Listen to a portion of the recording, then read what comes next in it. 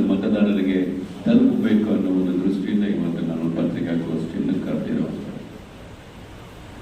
ಈ ಚುನಾವಣೆ ಪ್ರತಿ ಸಲ ನಡೆಯುವಂಥ ಚುನಾವಣೆ ಅಂತ ಎಲ್ಲರೂ ತಿಳ್ಕೊಳ್ತಾ ಇದ್ವಿ ನಾವು. ಆದರೆ ಈ ಚುನಾವಣೆ ತನ್ನದೇ ಆದಂಥ ಒಂದು ಬೇರೆಯಾದ ಬಹಳ ಮಹತ್ವದ ಒಂದು ವಿಷಯದ ಗಂಭೀರತೆಯನ್ನು ನಾವು ಇವತ್ತು ಕಾಣ್ತಾ ಇದ್ದೀವಿ. ನಾವು ಚುನಾವಣೆಗಳನ್ನು ವಿಶ್ಲೇಷಣೆ ಮಾಡಿದಾಗ ಪ್ರತಿ ಸಲವು ಚುನಾವಣೆಗಳು ಒಂದು ಇಶ್ಯೂ ಬೇಸ್ಡ್ ಮೇಲೆ ನಡೀತಾ ಇದೆ. ನಾವು ಡೆವಲಪ್ಮೆಂಟ್ ಮಾಡ್ತಾರೋ ಅನ್ನೋದಕ್ಕಿಂತ ಹೆಚ್ಚಾಗಿ ಇಶ್ಯೂ ಬೇಸ್ಡ್ ಚುನಾವಣೆಗಳು ನಡೀತಾ ಇದೆ. ಈಗ ಕಳೆದ ಒಂದು 2-3 ಲೋಕಸಭಾ ಚುನಾವಣೆಗಳು ಸಹ ಇಶ್ಯೂ ಬೇಸ್ಡ್ ಮೇಲೆ ನಡೆದಿರುವಂಥದ್ದು. ಆದರೆ ಈ ಸಲದ ಚುನಾವಣೆ ನಮ್ಗೆ ಏನಪ್ಪ ಬಹಳ ಒಂದು ವಸ್ತುವನ್ನು ನಾವು ಕೊಟ್ಟು ಹೇಳ್ತಾ ಇದ್ದೀವಿ ಅಂತ ಹೇಳಿದ್ರೆ, ಈ ದೇಶದಲ್ಲಿ ಒಂದನೇದಾಗಿ ನಾವು ಸಂವಿಧಾನವನ್ನು ರಕ್ಷಣೆ ಮಾಡುವಂಥದ್ದು, ಎರಡನೇದಾಗಿ ನಾವು ಎಲ್ಲರೂ ಅಣ್ಣ ತಮ್ಮಂದಿನ ಥರ ಬದುಕೋದು. ಇದಕ್ಕೆ ನಮ್ಮ ಬದುಕನ್ನು ಕಟ್ಕೊಳ್ಳೋ ಜೊತೆಗೆ ಯಾವ ರೀತಿ ಬದುಕಬೇಕು ಅನ್ನೋದು ಇವತ್ತು ದೊಡ್ಡ ಪ್ರಶ್ನೆ ಆಗೋಗ್ಬಿಟ್ಟಿದೆ. ನಮಗೆಲ್ಲ ಗೊತ್ತಿರೋ ಅಂತ ಹೇಳಿದಾಗ ಮನಮೋಹನ್ ಸಿಂಗ್ ಅವರು 10 ವರ್ಷಗಳ ಕಾಲ ಈ ದೇಶವನ್ನು ಅವರು ಅಧಿಕಾರಕ್ಕೆ ಬರೋಕ್ಕಿಂತ ಮುಂಚೆ ದೇಶದ ಪರಿಸ್ಥಿತಿ ಯಾವಾಗಿತ್ತು, ಅವರು ಬಂದ ಮೇಲೆ ಏನಾಯಿತು ಅಂತ ಹೇಳಿ. ಆದರೆ ಕೊನೆಗೆ ಏನಾಯಿತು, ಭ್ರಷ್ಟಾಚಾರದ ಅಪವಾದನೆಯನ್ನು ನಾವು ಗೊತ್ಕೊಂಡು, ಅದು ಕಲ್ಲಿದ್ದಲಿನ ಭ್ರಷ್ಟಾಚಾರ ಅಂತ ಹೇಳಿದ್ರು, 2G ಭ್ರಷ್ಟಾಚಾರ ಅಂತ ಹೇಳಿದ್ರು, ಎಲ್ಲಿ ತನಕ ಹೇಳಿದ್ರು ಭ್ರಷ್ಟಾಚಾರದ ಬಗ್ಗೆ ಅಪವಾದನೆ ಬಂತು ಅಂತ ಹೇಳಿದ್ರೆ, ಯಾರು ಬಾಬಾ 500 ದಶಲಕ್ಷ ಕೋಟಿ ಹಣವನ್ನ ಸ್ವಿಸ್ ಬ್ಯಾಂಕ್ ಅಲ್ಲಿ ಇಟ್ಟಿದ್ದಾರೆ. ಬಹುಶಃ ಅಷ್ಟು ಅಂತ ಹೇಳಿದ್ರೆ $6 ಟ್ರಿಲಿಯನ್ ಅಂತೆ. ಅಂದ್ರೆ ನಮ್ಮ ದೇಶದ ಎಕಾನಮಿಗಿಂತ ಎಷ್ಟೋ ಜಾಸ್ತಿ ಎಕಾನಮಿ, ಅಷ್ಟು ಕರಪ್ಷನ್ ಮಾಡಿದ್ದಾರೆ. ಆ ಹಣವನ್ನು ನಮ್ಮ ಮೋದಿ ಅವರು ಬರ್ತಾರೆ, ಪ್ರಧಾನಮಂತ್ರಿಗಳು ಹಾಕ್ತಾರೆ, ಅದನ್ನ ತಂದು ಬಿಟ್ರೆ ಇಲ್ಲಿ ಚಿನ್ನದ ರಸ್ತೆಯಲ್ಲಿ ಮಾಡ್ಬೋದು, ಮೋದಿ ಅವರು ಹೇಳಿದ 15 ಲಕ್ಷ ಕೊಡಬಹುದು, ಏನೆಲ್ಲ ಹೇಳ್ಬಿಟ್ಟು ಸತ್ಯಪಾಲ್ ಮಲ್ಲಿಕ್ ಅವರು ಈ ಮಾತನ್ನ ಹೇಳ್ತಾರೆ. ಯಾಕೆ ಎಂಕ್ವೈರಿ ಆಗಲಿಲ್ಲ? ಅದು ಯಾಕೆ ಇವತ್ತಿನವರೆಗೆ ಅವ್ರು ಯಾರು RDX ಬಾಂಬ್ ಸ್ಫೋಟನೆ ಮಾಡಿ ಸುಮಾರು 40 ಜನ ನಮ್ಮ ಯೋಧರನ್ನ ಕಳ್ಕೊಂಡ್ವಲ್ಲ, ಅವ್ರನ್ನ ಯಾಕೆ ನೀವು ಬಿಡಲಿಲ್ಲ? ಅದ್ರ ಬಗ್ಗೆ ಯಾಕೆ ತನಿಖೆ ಆಗಲಿಲ್ಲ?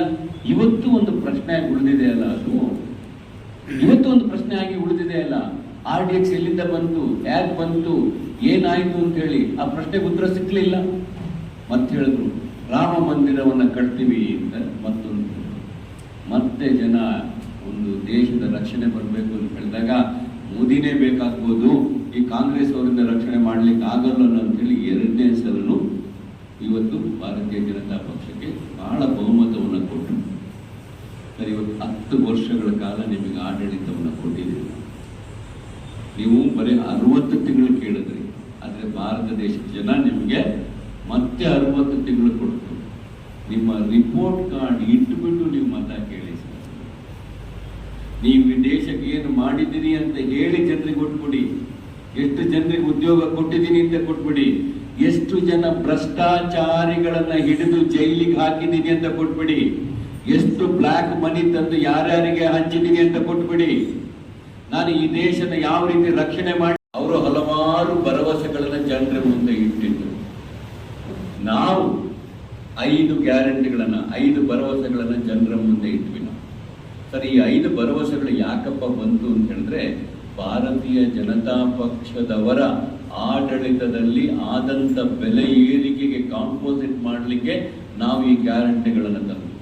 ಇವತ್ತು ಒಂದು ವೇಳೆ ಉದ್ಯೋಗ ಕೊಟ್ಟಿದ್ರೆ ನಾವು ಅವರಿಗೆ ಯಾವುದೇ ರೀತಿಯ ಯೂನಿಟಿಯನ್ನು ಕೊಡಬೇಕಾಗಿರ್ಲಿಲ್ಲ. ನಾವು ಇವತ್ತು ಬೆಲೆಗಳು ಕಮ್ಮಿ ಆಗಿದ್ರೆ ನಾವು ಯಾವುದೇ ರೀತಿಯ ಗೃಹಲಕ್ಷ್ಮಿನ ನಾವು ಕೊಡಬೇಕಾಗಿರ್ಲಿಲ್ಲ, ಗೃಹ ಜ್ಯೋತಿನ ನಾವು ಕೊಡಬೇಕಾಗಿರ್ಲಿಲ್ಲ.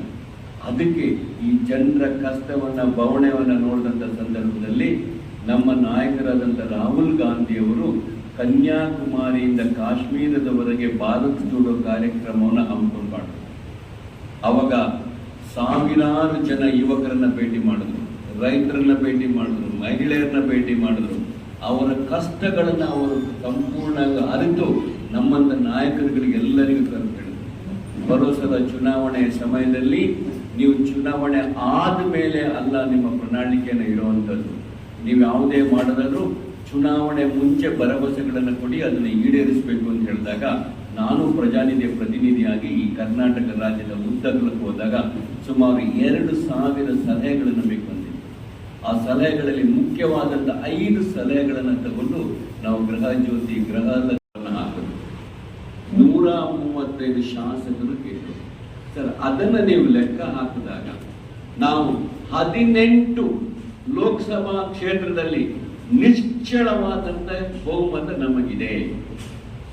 ಬಿಜೆಪಿ ಮತ್ತೆ ಜೆಡಿಎಸ್ ಎರಡೂ ಜನ ಒಟ್ಟಾದ್ರು ಸುಮಾರು 10 ಕ್ಷೇತ್ರಗಳಲ್ಲಿ ನಾವು ನಿಶ್ಚಳವಾದಂತ ಬಹುಮತವನ್ನು ನಾವು ಗಳಿಸಿದ್ದೇವೆ. ನಾವು ಕ್ಲಿಯರ್ ಕಟ್ 18 ಕ್ಷೇತ್ರದಲ್ಲಿ ಬಿಜೆಪಿಗಿಂತ ಜಾಸ್ತಿ ಇದೀವಿ. ಸರ್, ಅವಾಗಲೂ ಮೋದಿ ಅವರು 28 ಸಲ ಕರ್ನಾಟಕಕ್ಕೆ ಬಂದರು.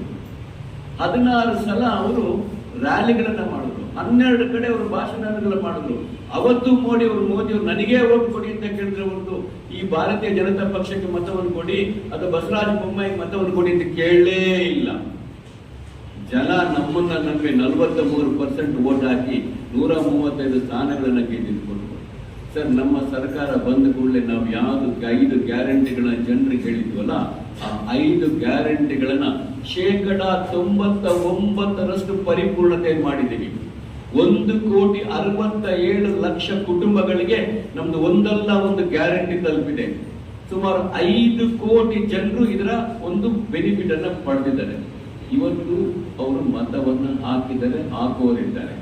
ಯಾಕಂದ್ರೆ ಬಿಜೆಪಿಯವರು ಬೇಟಿ ಬಚಾವೋ ಅಂತ ಏನು ಹೇಳ್ತಾ ಇದ್ರಲ್ಲ, ಒಂದು ನೇಯ ಕೊಲೆ ಆಗಿದ್ನ ಯಾರೋ ಮಾಡಿದ್ನ ಕಾಂಗ್ರೆಸ್ ಮೇಲೆ ಹೊರಿಸಿದ್ರಲ್ಲ, ಇವತ್ತು ಒಬ್ಬ ಎಂಪಿ ಆಗಿದ್ದಂತ ಮಾಜಿ ಎಂಪಿ ಆಗಿದ್ದಂತವನು ಇವಾಗ ಎಂಪಿ ಆದಂತವ್ರು ಒಳ್ಳೆ ಇದ್ರಲ್ಲಿದ್ದಂತವ್ರು ಮಾಡಿದಾರಲ್ಲ, ಅವನ ಮೇಲೆ ಕ್ರಮ ತಗೊಳ್ಳಿ. ಈಗ ಇವ್ರು ಹೇಳ್ತಿರ್ತಲ್ಲ, ಯಾರು ಯತ್ನಾಳು, ನಾವ್ ಹಂಗ್ ಮಾಡ್ರಿ, ನೀವು ಅದನ್ನ ತರ್ರಿ, ಗುಂಡೊಡಿ ಅಂತರ್ರಿ, ಇದ್ದರ್ರಿ ಅಂತ ಅವೆಲ್ಲ ತರಬೋದಲ್ಲ. ಈ ತರ ಕೇಳಿಲ್ಲ ಅವ್ರಿಗೆ. ಒಬ್ರು ಪಿಟಿಕಂದಿಲ್ಲ, ಒಬ್ರು ಬಿಜೆಪಿ ಮಾತಾಡಿಲ್ಲ, ಒಬ್ರು ಸಿಬಿಐ ಕೇಳಿಲ್ಲ. ಎಲ್ಲರಿಗೂ ಸಿಬಿಐ ಕೇಳೋರಲ್ಲ.